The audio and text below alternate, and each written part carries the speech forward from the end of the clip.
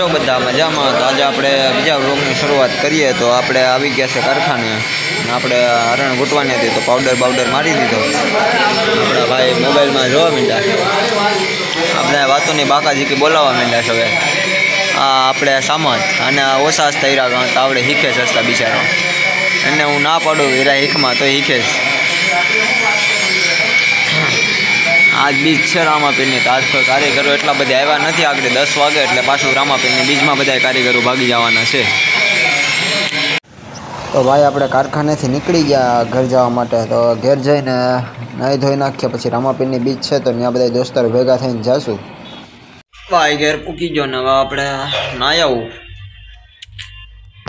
તમારા કલેજા આપણે કલેજાની ઘરે જઈએ છે હવે નાહી ધોઈને. તો ચાલો ના જઈને મળીએ કલેજા શું કરે તે જોઈએ. તો ભાઈ આપણે કલેજાવની ઘેર પૂગી જાય તો જોઈએ તો કલેજાવ તો ફોનમાં ઘોતકી ના મારે છે. તો આપણે મારીએ ઘડીક ચાલો.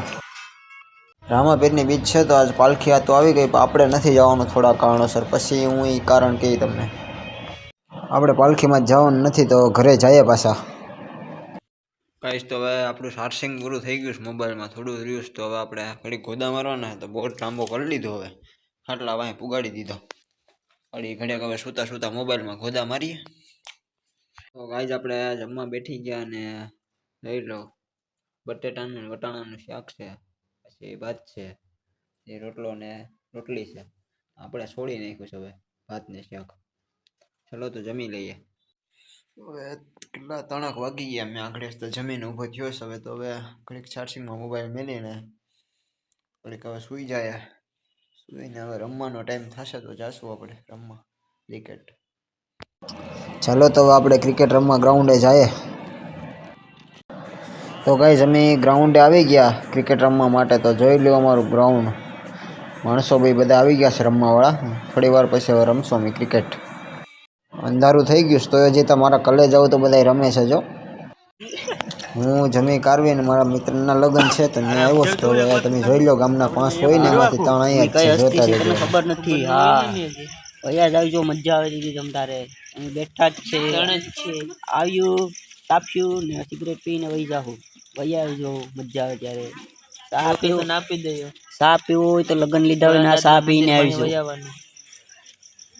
હે હા ચા પીવું હોય તો લગ્ન લખાણા ના ચા પીને આવવાનું.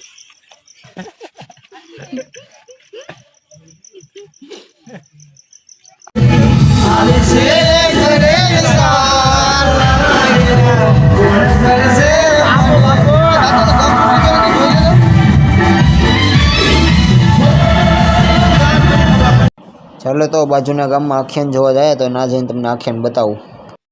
રસ્તામાં તો ડીજે જોવા મળી ગયું. તો જોઈ લો મેલડી સરકાર ડીજે છે. કોઈને બંધવું હોય તો કોન્ટેક કરજો.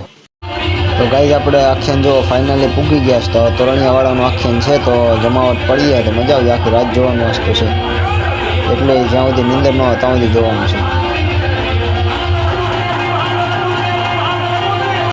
એવું નથી કે એક ગામમાં જ દૂ હોય.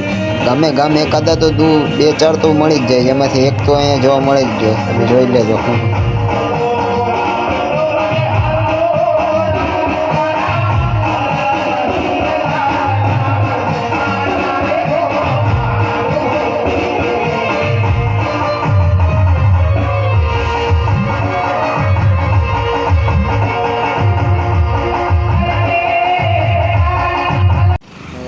વાગી ગયા જોતા આખ્યાન.